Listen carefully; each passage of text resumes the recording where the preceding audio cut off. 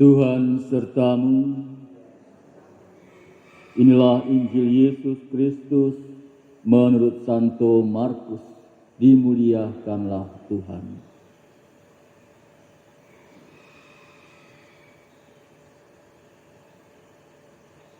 Pada suatu hari murid-murid Yesus lupa membawa roti. Hanya sebuah roti saja yang ada pada mereka dalam perahu. Lalu Yesus memperingatkan mereka, katanya, "Berjaga-jaga dan awaslah terhadap ragi orang Farisi dan ragi Herodes." Maka mereka berpikir-pikir dan seorang berkata kepada yang lain, "Itu dikatakannya karena kita tidak mempunyai roti." Ketika Yesus tahu apa yang mereka perbincangkan, ia berkata, "Mengapa kalian memperbincangkan soal tidak ada roti? Belum jugalah kalian memahami dan mengerti? Telah dekilkah hatimu? Kalian mempunyai mata, tidakkah kalian melihat? Dan kalian mempunyai telinga, tidaklah kalian mendengar? Sudah lupakah kalian waktu aku memecah-mecahkan 5 roti untuk 5.000 orang itu?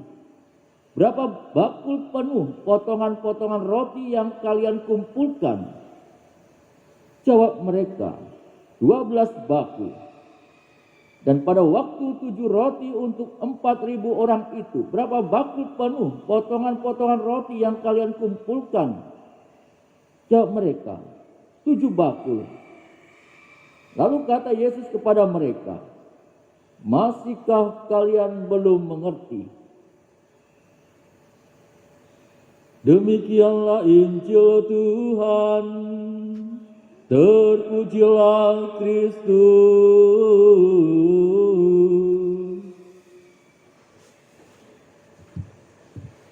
Para suster, Bapak, Ibu, saudara-saudariku yang dikasihi Tuhan, dalam Injil hari ini Yesus mengingatkan kepada para murid-Nya dalam suatu perjalanan agar dalam hidupnya itu mengalami waspada terhadap pengaruh-pengaruh ajaran orang Farisi dan juga ahli-ahli Taurat. Yesus sungguh tidak mau bahwa para murid-Nya terpengaruh oleh ajaran-ajaran yang sesat dari kaum Farisi. Ia juga dengan tegas menyadarkan mereka supaya tetap waspada. Namun rupanya para murid Yesus itu lamban menangkap maksud perkataan Yesus. Tentu akibatnya adalah mereka sibuk dengan urusan jasmani, yaitu mengenai roti yang tentunya tidak mereka bawa. Padahal mereka ikut menyaksikan waktu Yesus memperbanyak roti. Tetapi para murid belum juga memahami apa yang telah diperbuat Yesus.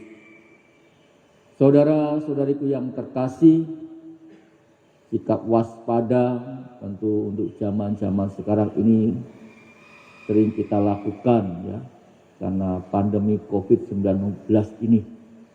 Di mana-mana kita harus diminta untuk memakai masker, harus mencuci tangan, berjaga jarak. Kewaspadaan dalam diri kita. Dalam hidup kita,